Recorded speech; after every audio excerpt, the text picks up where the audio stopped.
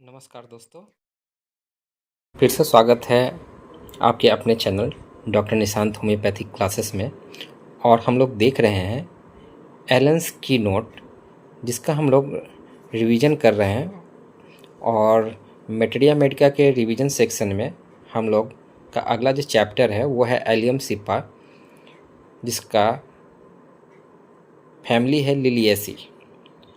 ये जो फैमिली है ये बहुत बार पूछा जाता है एग्ज़ाम में कि ये जो एलियम सिप्पा है वो कौन सी फैमिली से बिलोंग करता है, क्योंकि सभी लोगों को पता है कि ये जो मेडिसिन है वो ऑनियन से बनाई जाती है। इसीलिए ज़्यादातर क्वेश्चन जो पूछा जाता है वो फैमिली से पूछा जाता है कि ये कौन से फैमिली से बिलोंग करती है। तो आप लोग इसको ज़रूर याद कर ले कि एलियम सिप्पा जो बनाई जाती है वो ऑनियन से बनाई जाती है और इसका फैमिली जो है वो है लिलिएसी। चलिए देखते हैं acute catarrhal inflammation of mucous membrane. इसमें क्या होता है कि एलियम सिप्पा का जो मुख्य रेड लाइन सिम्टम है, इसका जो इन्फ्लामेशन होता है वो म्यूकस मेम्ब्रेन में होता है, जिससे इंक्रीज सिक्रेशन हो जाता है। जो सिक्रेशन होता है वो काफ़ी इंक्रीज हो जाता है। और इसका जो हेडेक भी जो होता है वो कैटरल डल हेडेक होता है विथ कोराइजा। इसका हेडेक जो होता है वो कैटरल हेडेक, मतलब हमारे जो एयर पैसेजेस हैं, जो नोज है, थ्रोट है, उसके एयर पैसेज में इन्फ्लामेशन हो जाता है और म्यूकस मेम्ब्रेन में इन्फ्लामेशन हो जाता है, जिसके वजह से जो सिक्रेशन है, जो नेजल सिक्रेशन है और थ्रोट से जो सिक्रेशन है वो काफ़ी बढ़ जाता है। साइनस से जो सिक्रेशन है वो काफ़ी बढ़ जाता है।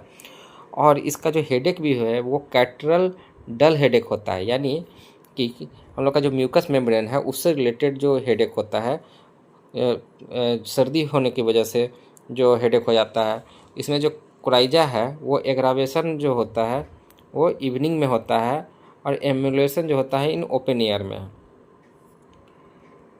Aggravation on resulting to a warm room, इसका जो एग्रावेशन होता है on returning to a warm room में, अगर पेशेंट जो है वो गर्म रूम में अगर आ जाता है तो उसको एग्रावेशन ज़्यादा हो जाता है, मतलब वो ज़्यादा छींकने लगेगा।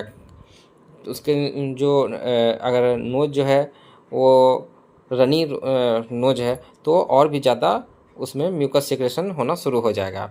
कंपेयर किससे किससे करेंगे, यूफरेसिया से और पल्सटेला में भी ऐसे सिम्टम देखने को मिलते हैं। Headache ceases during menses, menses के टाइम में हेडेक जो है वो सीज कर जाता है ना।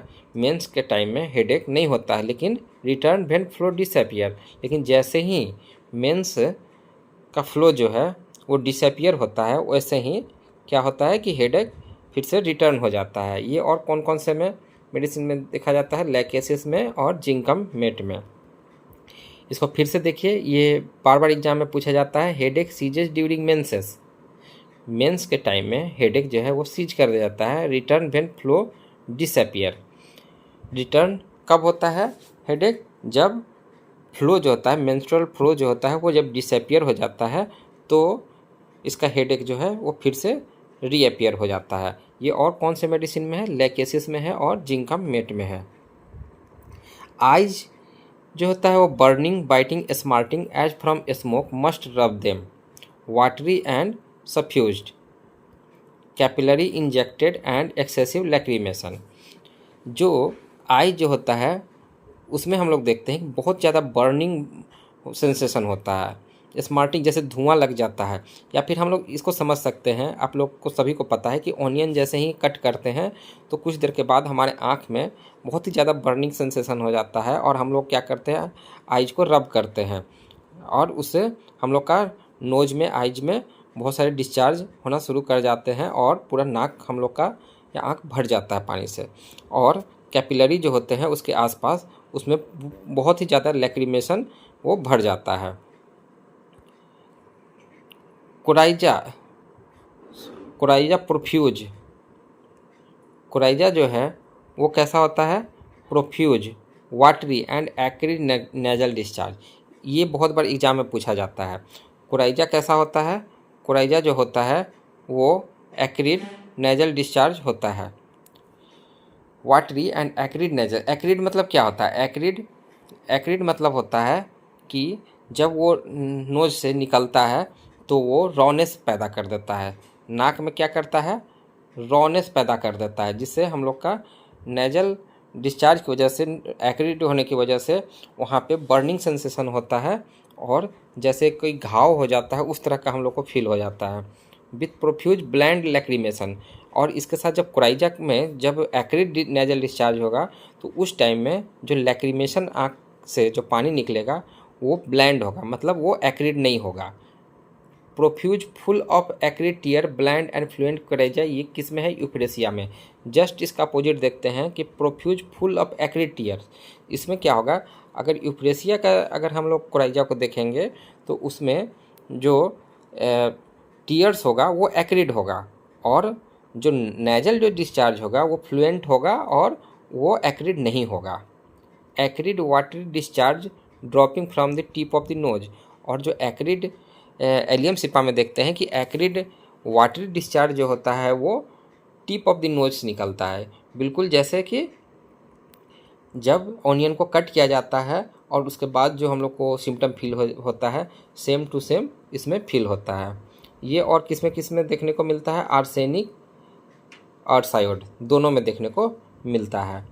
Spring coryza after damp north easterly wind discharge burn and corrodes nose and upper lip. इसका क्या मतलब है, स्प्रिंग कोराइजा स्प्रिंग सीजन के टाइम में जब हम लोग को जब नॉर्थ ईस्ट का जब हवा लगता है, डैम्प हवा जब उस समय का रहता है उसका लगने की वजह से, या पॉलन जो स्प्रिंग टाइम का जो पॉलन होता है उसकी वजह से अगर कोराइजा हो तो वो कोराइजा कैसा होगा, डिस्चार्ज बर्न एंड क्रोड नोज, उससे क्या होगा, डिस्चार्ज जो होगा वो बर्निंग सेंसेशन पैदा करेगा और नोज को क्रोड कर देगा, मतलब नोज को रॉनेस पैदा कर देगा एंड अपर लिप को क्रोड कर देगा। Hay fever in August every year, hay fever क्या होता है, जो पॉलन की वजह से जो सर्दी हो जाता है उसके वजह से टेम्परेचर बढ़ जाता है तो उसको हे फीवर बोलते हैं हम लोग। वो अक्सर अगस्त के टाइम में, एवरी ईयर अगर अगस्त के टाइम में ऐसा हो रहा है और उसमें वायलेंट स्नीजिंग हो रहा है, बहुत ज़्यादा छींक हो रहा है, कब, on rising from bed from handling peaches, अगर बहुत ज़्यादा वायलेंट स्नीजिंग हो रहा है, जैसे ही बेड से उठे और सर्दी शुरू हो जाए, बहुत ज़्यादा छींक शुरू हो जाए, या फिर अगर हैंडलिंग पीचेस, जो पीचेस होते हैं, जो आरू जो हम लोग हिंदी में बोलते हैं कि आरू अगर को उसको हैंडलिंग करने की वजह से अगर हो जाए या पॉलन की वजह से हो जाए तो इसमें हम लोग क्या करते हैं, allium Sippa is very good medicine, बहुत ही टॉप का मेडिसिन है। आप ऐसे भी अगर कोई पेशेंट आपके पास आता है और वो बोलता है कि जैसे ही मैं बेड से उठता हूँ, राइजिंग फ्रॉम बेड, और वायलेंट स्नीजिंग मुझे शुरू हो जाती है, तो आप एलियम सिप्पा को बिल्कुल दे सकते हैं। और इसमें क्या है, नेजल पॉलिप की ये बहुत ही अच्छी मेडिसिन है, ये नेजल पॉलिप की बहुत ही अच्छी मेडिसिन है। और इसमें और कौन कौन सा मेडिसिन दे सकते हैं नेजल पॉलिप में, ये है मेरम वेरम, टिक्यूरियम मेरम वेरम, सेंगुनेरिया नाइट्रेट, सोरिनम। तो इसमें देखते हैं नेजल पॉलिप की ये बहुत ही अच्छी मेडिसिन है। और एलियम सिप्पा के अलावा मेरम वेरम यानी टिक्यूरियम मेरम वेरम, सेंगुनेरिया कैनेडेंसिस और सेंगुनेरिया नाइट्रेट और सोरिनम, ये सारे मेडिसिन नेजल पॉलिप की बहुत ही अच्छी मेडिसिन है। कैटरल लैरिंजाइटिस, जो कैटरल अभी जो हम लोग बोले थे म्यूकस मेम्ब्रेन का इन्फ्लामेशन की वजह से लैरिंजाइटिस भी देखने को मिलता है। Cough compels patient to grasp the larynx, cough इतना ज़्यादा हो जाता है, इतना ज़्यादा कि पेशेंट जो है वो अपने लैरिंग्स को हाथों से ग्रैब कर लेता है। Seems as if cough would tear it, उसको ऐसा लगता है कि कफ की वजह से उसके जो लैरिंग्स है वो क्या होंगे, टीयर हो जाएंगे उसके लैरिंग्स।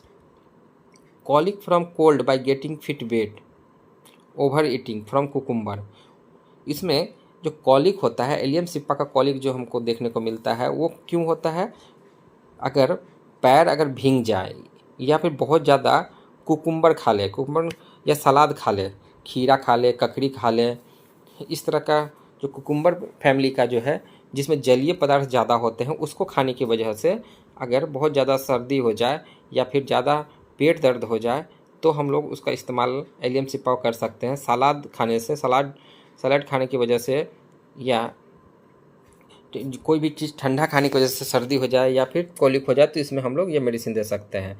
हीमोरॉयडल ऑफ चिल्ड्रेन, हीमोरॉयड जो होता है पाइल्स, ये अगर चिल्ड्रन में, बच्चे में हो जाए और बैठने से उसको एग्रावेशन हो और चलने फिरने से उसको आराम हो, एमुलेशन बाय मूविंग अबाउट, चलने फिरने से उसको आराम हो, तो हम लोग ये एलियम सिप्पा को बिल्कुल प्रिस्क्राइब कर सकते हैं। Neuralgic pain like a long thread, ये बहुत बार एग्जाम में पूछा भी जाता है कि ये न्यूरालजिक लाइक ए लॉन्ग थ्रेड किस मेडिसिन में है।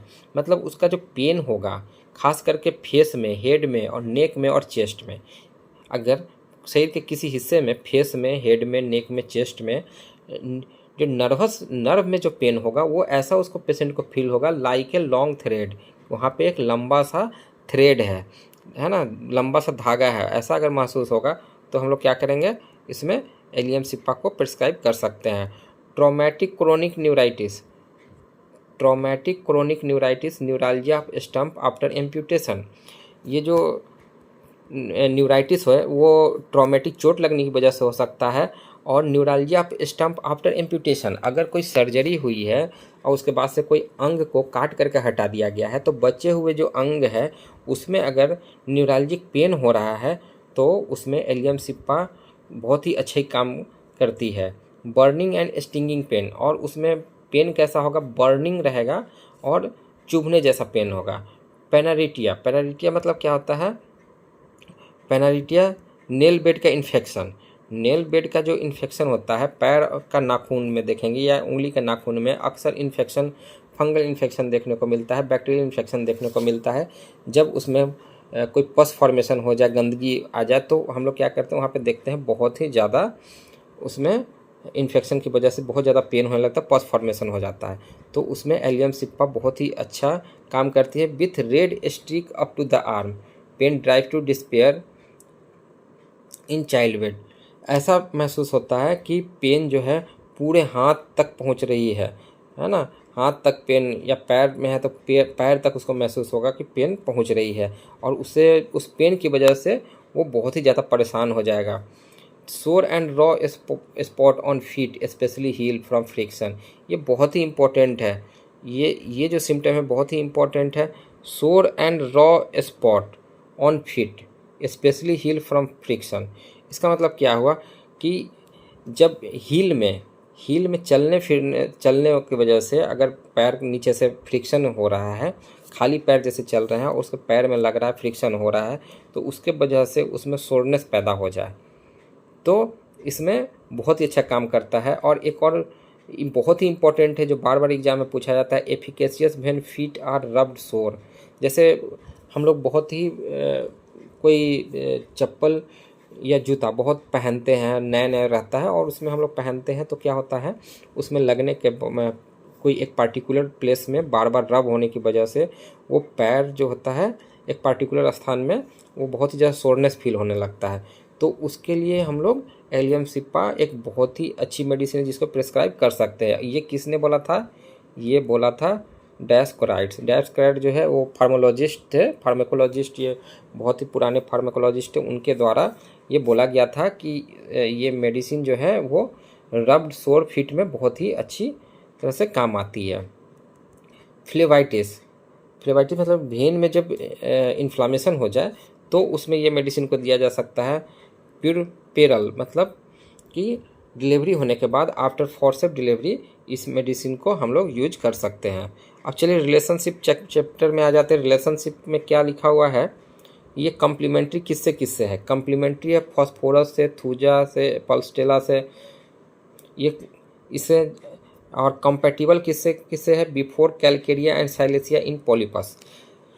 कैलकेरिया और साइलेसिया जो है वो पॉलिप में बहुत ही अच्छा काम करती है, तो इसमें हम लोग दे सकते हैं उसके पहले, before Calcarea and Silicea in polypus, before लिखा हुआ है इसलिए उसको पहले हम लोग प्रिस्क्राइब कर सकते हैं। और ये कम्प्लीमेंट्री है किससे किससे, फॉस्फोरस, पल्स्टेला और थूजा। सिमिलर किससे किससे है, euphrasia, but coryza and lacrimation are opposite. मैंने आपको बताया था कि इसमें जो कोराइजा है और लैक्रिमेशन है वो जस्ट अपोजिट है, किसमें, यूफ्रेसिया में। और रस्टक में देखते हैं bad effect from getting wet. Rhus tox में सिम्टम देखने को मिलता है कि bad effect from getting wet, ठंडा लग जाने की वजह से या भीग जाने की वजह से, उसमें हम लोग रस्टक का उपयोग करते हैं। अब एग्रावेशन एंड एम्बुलेशन को हम लोग देख लेते हैं। एग्रावेशन में क्या लिखा है, predominantly in the evening and in the warm room. इसका एग्रावेशन कब होता है, इवनिंग के टाइम में या वार्म रूम में देखने को मिलता है ये। और किस में है, और है पल्सटेला में, पल्सटेला में भी देखने को मिलता है। पर यूफ्रेसिया में इन ओपन एयर, यूफ्रेसिया में कब है, in open air, open air में इसका एग्रावेशन होता है। और एम्बुलेशन कब है, in cold room and in open air. इसका जो एम्बुलेशन है वो एलियम सिप्पा का एम्बुलेशन कब है, in cold room and in open air. ये पल्स टेला में भी ओपन एयर में इसका एम्बुलेशन होता है। तो ये था all about the allium Sippa chapter. हम लोग मिलेंगे नेक्स्ट चैप्टर में, तब तक के लिए धन्यवाद। लाइक सब्सक्राइब करना ना भूलें, अपने फ्रेंड्स को भी इसको सेंड करें ताकि ज़्यादा से ज़्यादा लोगों तक ये वीडियो पहुंच सके और सभी लोग इसका लाभ उठा सकें। Thank you so much.